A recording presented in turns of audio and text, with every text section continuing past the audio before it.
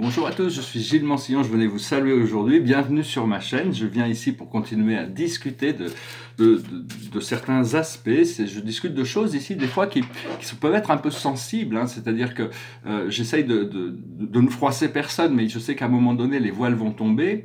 Et si on n'est pas déjà préparé pour certaines de ces idées, le réveil sera assez brutal. Donc il vaut mieux essayer de commencer à se préparer pour ces nouvelles énergies, pour ce nouveau monde, parce que bon, ça pourrait arriver beaucoup plus vite que ce qu'on pense. Et donc c'est important de communiquer cette lumière pour que le plus de monde possible puisse commencer déjà à remettre en question, c'est d'évaluer comment ces connaissances peuvent fonctionner pour nous, cette connaissance de l'amour, de l'unité, de la sagesse. Alors je vais tirer quelques cartes avec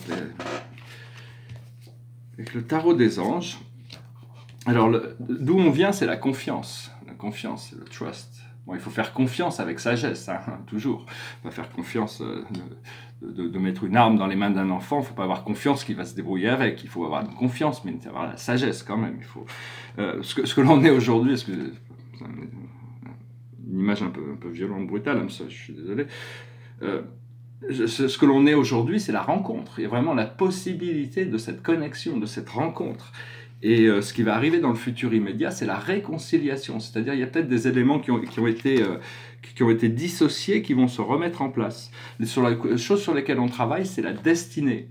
C'est-à-dire remplir notre mission, notre fonction, trouver la joie, le bonheur, l'épanouissement, la prospérité, le bien-être, la sécurité, la santé. Toutes ces choses font partie de la destinée, une fois qu'on prend conscience de cette destinée. Et là où on va, c'est la guérison, c'est-à-dire on va pouvoir arriver à cette complétion que l'on cherche de manière naturelle pour pouvoir vraiment passer à autre chose, hein. Donc voilà, j'espère que ce message aura été résonnant avec vous.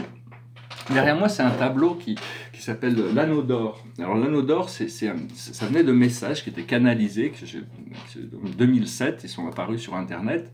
D'ailleurs, j'étais complètement déconnecté de l'Internet et mes guides m'ont toujours dit hey, va voir sur Internet, va voir ça. Et puis j'ai trouvé Rysa 5, R-Y-S-A, c'est que en anglais, hein.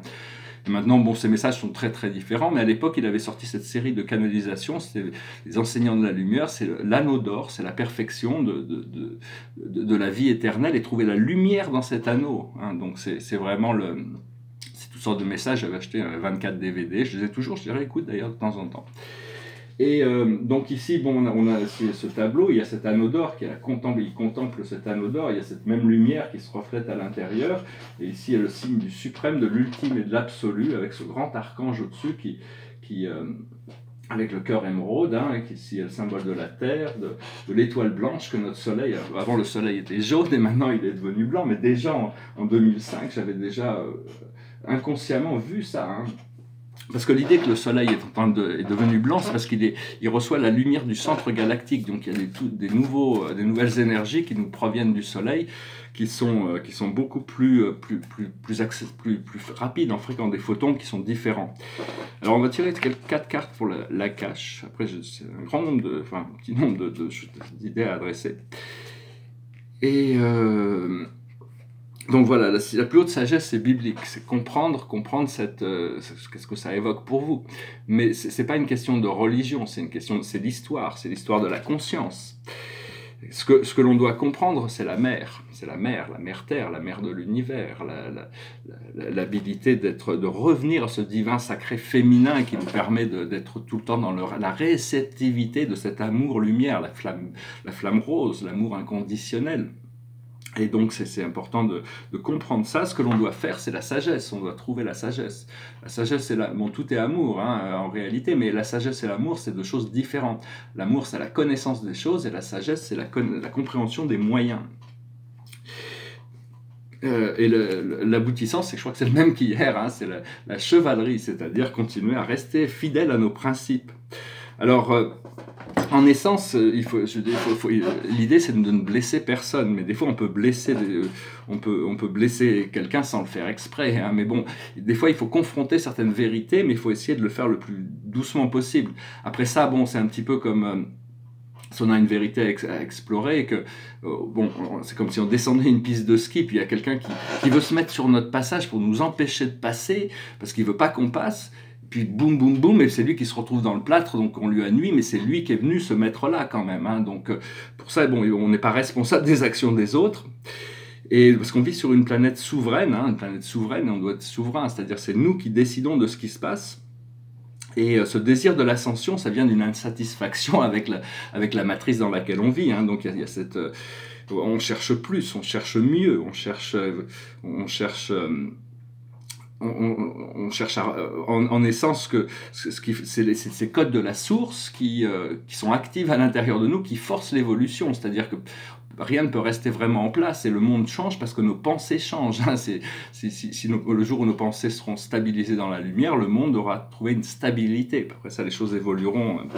C'est bien de penser le Christ, l'amour et le cœur comme une seule conscience universelle, hein, et de tourner toujours ses pensées vers Dieu, parce qu'en imaginant, en communier, toujours garder nos pensées bien concentrées au centre de notre tête, et tourner, si on peut concevoir de Dieu au centre du cœur, ou Dieu au centre de l'univers des univers, au paradis, mais avec notre intention, plus on arrive à tourner vers cet esprit, parce que cet esprit inclut tous les autres.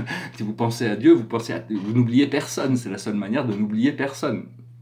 Donc, je voulais aussi parler, il y avait un message de la déesse Sekhmet qui disait que Nibiru était re-rentrée dans notre système solaire et qu'elle était là pour amener la paix, la balance, l'harmonie. Nibiru, ça a été très longtemps la planète des Anunnaki. Les planètes ont des volontés individuelles, elles restent en orbite parce qu'elles le veulent, et donc eux, ils avaient décidé de partir en exploration, donc cette planète est partie en exploration. Et pendant très longtemps, les Anunnaki avaient besoin, pour maintenir leur forme physique de manière en santé éternelle, avaient besoin d'infuser de l'or dans leur atmosphère. Et donc c'est pour ça qu'ils avaient trouvé la Terre, et ils avaient transformé un petit peu, ils avaient créé cette planète un petit peu pour leurs ressources d'or, pour pouvoir alimenter. Mais il s'est passé que, bon, à un moment donné, ils ont abandonné les règnes du pouvoir qu'ils avaient sur cette planète, et en échange, la Fédération leur a donné des technologies qui fait qu'ils n'ont plus besoin d'aller chercher de l'or à l'extérieur pour maintenir leur forme. Donc la planète Nibiru est repassée entre les mains de la Fédération Galactique de la Lumière, c'est-à-dire c'est une planète bienveillante maintenant. Voilà, je voulais éliminer toutes ces peurs par rapport à tous ceux qui fantasment avec ces choses. En direction, ce que l'on cherche, c'est de diriger vers un modèle de société qui correspond, enfin, chacun a ses visions, encore une fois, hein, je partage que mon point de vue, qui serait celle d'Arcturus, c'est-à-dire la paix et l'harmonie. La paix et l'harmonie, c'est le modèle d'Arcturus, hein. C'est bien aimés amis arcturiens. Je voulais aussi dire que, bon, il y a le Saint-Esprit et l'Esprit de vérité sont deux forces spirituelles qui sont complémentaires mais différentes. Il y en a une, c'est les forces de la mer, et l'autre, c'est les forces du Père. Elles fonctionnent ensemble, mais au fur et à mesure qu'on va s'approcher de la lumière, elles vont commencer à fusionner. Peut-être qu'un jour, on ne pourra même plus les différencier. Mais enfin, pour le moment, il s'agit de... On va découvrir certaines de ces choses du monde spirituel sont subtiles, et des fois, il peut y avoir des contradictions, au plus on rentre dans les mondes subtils, au plus il y a de chances d'être incompris. C'est-à-dire, c'est pour ça que dans le Coran, dans la première sourate, Allah explique qu'il y aura des choses qui sont sujets à l'interprétation et d'autres qui ne le sont pas. C'est un petit peu dans cet esprit, parce que bon, il y a beaucoup de subtilité dans toutes ces grandes révélations de sagesse. Amour, lumière, sagesse, hein, c'est la triple flamme sacrée. En réalité, notre âme est faite de cette triple flamme, la flamme bleue du pouvoir, la flamme rose de l'amour et la flamme jaune de la sagesse. Et donc, c'est que ces flammes qu'il n'y en ait pas une qui soit dominante sur les autres. Il faut qu'elles soient harmonisées. Il faut aussi apprendre, c'est quelques conseils que je donne, c'est des idées pour voir si après ça comment on les adapte, mais en essence, au plus on les adapte, au plus elles deviennent fonctionnelles. Hein. C'est être propriétaire du miroir. La vie, c'est un miroir, c'est-à-dire assumer la responsabilité. C'est pas facile parce que personnellement, je vois que ma vie n'a pas toujours été la plus haute réflexion de moi-même, et ça c'est vrai un peu pour la plupart des êtres humains, qui peuvent considérer que notre passé n'a pas été forcément le plus glorieux, le plus grandiose, le plus parfait qu'il puisse y avoir. Mais à partir du moment où on prend conscience que ces choses avaient besoin d'être traversées, on peut reprendre conscience que c'est à nous de reprendre contrôle du miroir, c'est-à-dire des circonstances de notre vie, des circonstances de notre vie. Parce que si on ne prend pas possession du miroir, on n'assume pas les réflexions de la vie, à ce moment-là, on se retrouve isolé. Hein, on se retrouve isolé, ça fait partie du procédé. Oui, bon, il y a Jupiter, là, je voulais aussi parler rapidement de Jupiter qui va rentrer pendant un an en Sagittaire, ça va vraiment changer énormément de choses, hein, parce que Jupiter, c'est nos objectifs. Et nos objectifs en Scorpion, bon, Scorpion, c'est les profondeurs, la sexualité, mais en Sagittaire, c'est la philosophie. Bon, moi, étant Poisson, c'est même encore, c'est tout ce qui est sur le business, c'est les entreprises, hein. Et donc ça va être quelque chose d'important, et on se prépare pour entrer dans le portail du 11, 11, 11, 11, c'est un nombre maître, hein, c'est vraiment c'est un portail d'accès et donc ça devrait être très puissant. C'est bien de garder cette journée du 11, 11, du 11 novembre, le matin, 11h11 du matin. Moi, le 11 novembre 2011, j'ai eu une des plus importantes, une révélation spirituelle extraordinaire. Ça a duré qu'un bref moment, mais c'était absolument extraordinaire. Et donc, mais tous les ans, il y a un petit peu des renouveaux. Oui, voilà. En fin de compte, tous les inconforts que l'on peut sentir par rapport dans cette période de transition, c'est parce qu'il y a un changement, un bouleversement qui se prépare. Donc, il faut avoir la confiance, parce que sinon, pendant toutes les transformations, il y a toujours des inconforts. Je voulais dire toutes les croyances, voilà, aussi pour dire que toutes les croyances doivent être respectées. Les croyances, c'est très très important de respecter ces croyances, même si elles sont des illusions, elles nous apportent un confort, une sécurité qui nous permettent de prendre conscience de certaines étapes de notre vie. Et donc toutes les croyances doivent être respectées, tout en sachant que bon, il y a toujours c'est-à-dire qu'il faut accepter les croyances des autres. C'est-à-dire, quand on amène une croyance centrale, comme celle de Dieu, ou de la source, ou de la lumière, toutes les extrêmes ne vibrent pas en fréquence. C'est-à-dire, d'un point de vue du spectre politique, l'extrême gauche, le communisme, l'extrême droite, le fascisme, ou les extrêmes religieux, ou les extrêmes athées, ne pourront pas vibrer avec cette lumière centrale, parce qu'ils demandent à être acceptés et respectés, mais ils n'acceptent personne d'autre que leurs croyances. Bon, il est un peu normal qu'on pense que nos croyances soient supérieures aux autres. Cela dit, au plus on a l'esprit ouvert, on peut intégrer par rapport aux croyances et aux connaissances des autres, ce qui peut améliorer notre propre conscience. C'est le but de la philosophie, l'histoire, la littérature, toutes ces choses-là apportent quand même des fonctions importantes dans l'évolution de la conscience humaine.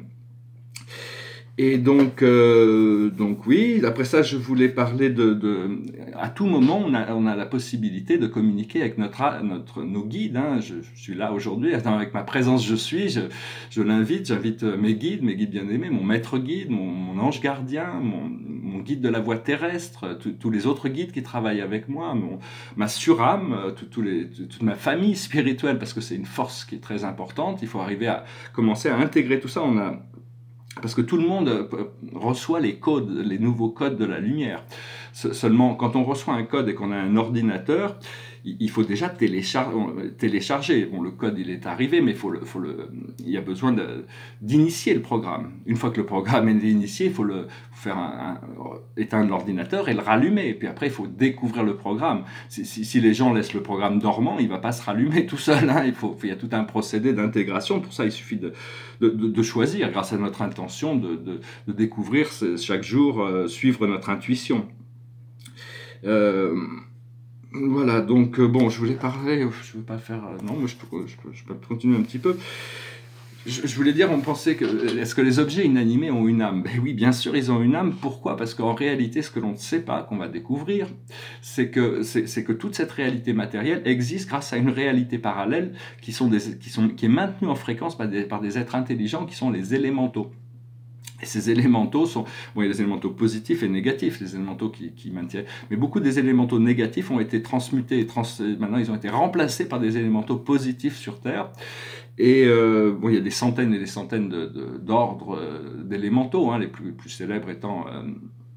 Les salamandres qui maintiennent l'énergie du feu à l'intérieur de nous, les ondines qui maintiennent l'eau à l'intérieur de nous, les sylphs qui maintiennent l'air à l'intérieur de nous, et les lutins qui maintiennent la forme physique. Donc quand on est malade, on peut leur demander d'aller réparer, et on les voit, ils se mettent au travail, ils réparent. Ou mettre à jour notre système de feu, ou purifier notre système d'eau. Et donc travailler avec ces consciences, savoir qu'elles sont, c'est des êtres qui sont dans la première, deuxième dimension, mais en conscience, ils sont déjà dans la quatrième et cinquième dimension. Et au-dessus, les élémentaux supérieurs, bon, pour ceux qui peuvent y croire, bien sûr, ces choses ne viendront à la conscience qu'une fois qu'on aura ouvert notre esprit à leur possibilité d'existence. En haut, à la 5e dimension, on a un unicorne, on a des dragons, il y a tous ces êtres magiques hein, qui font partie des élémentaux, et il y a les divas qui supervisent tout ce procédé d'évolution des élémentaux, mais ils vivent dans une dimension parallèle. Et bon, il y a un autre sujet que je voulais aborder, mais c'est un sujet délicat. Je vais peut-être attendre. En attendant, je vais peut-être chanter une chanson. C'est une petite chanson c'est juste un morceau d'une chanson. C'est un groupe qui s'appelle Pink Floyd. Ils adressaient cette idée d'essayer de mettre en lumière la sagesse de George Orwell. En 1984, George Orwell, en 1948, a sorti le plus grand chef-d'œuvre du XXe siècle, pour ce qui est de la politique et de la science sociale. Et donc, il a révélé les théories et les pratiques du oligarchisme collectif. Toute l'élite a compris ça, mais ils ne veulent pas que le peuple comprenne ça, parce qu'ils perdent tout le contrôle qu'ils peuvent avoir. C'est sur la manipulation, le mélange, l'art de mélanger le mensonge et la vérité. D'ailleurs, la preuve c'est un peu bizarre, je ne sais pas pourquoi, ils ont changé la fin du livre dans la traduction française, ils font mourir le héros, alors que dans la version originale. Et il ne meurt pas, donc je ne sais pas trop comment il est traduit, mais il révèle toutes ces choses, et ça nous permet de déconnecter de toute cette illusion mentale qui a été créée. Et donc cette chanson, it goes like this, cette chanson. We don't need no education. We don't need no thought control. No sarcasm in the classroom. Teacher, leave those kids alone. All in all, you're just another brick in the wall. All in all, it's just another brick in the wall. Ah, c'était une chanson, un album de Pink Floyd qui essayait de réveiller l'humanité. On a besoin de se réveiller, hein, on a besoin de prendre conscience, on a besoin... Parce que les briques sur le mur, c'est la maçonnerie, on appelle la maçonnerie. Pourquoi la franc-maçonnerie veut dire un libre penseur. Mais on ne peut pas adhérer à une... On ne peut pas adhérer à une loge de franc-maçonnerie et se dire franc-maçon, parce qu'on est déjà sous l'acceptation du collectif de ce qui est pensé. Donc pour arriver à faire de la vraie franc-maçonnerie, c'était Saint-Germain, c'est le maître Saint-Germain qui avait initié ça. Au départ, c'était là pour servir la lumière comme école de mystère. Donc il y a toutes sortes... de vérités, de choses qui se préparent, parce que les choses sont accélérées, donc il y a beaucoup de choses qui se préparent à arriver. Voilà, j'espère que cette vidéo aura été intéressante pour vous. Je vais finir avec une petite chanson quand même plus gaie, hein, pour finir la journée, pour vous laisser. Goes like this. What the world needs now is love, sweet love.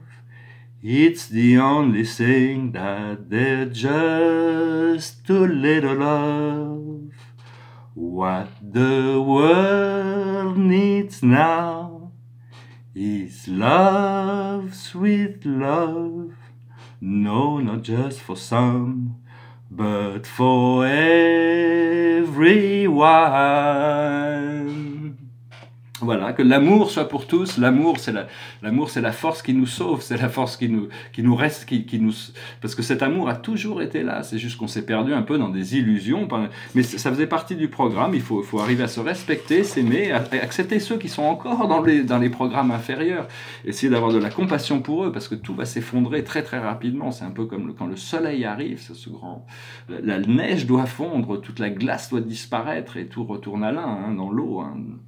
Voilà, je vous souhaite une excellente journée, je vous remercie pour tout, je vous dis à bientôt, namasté.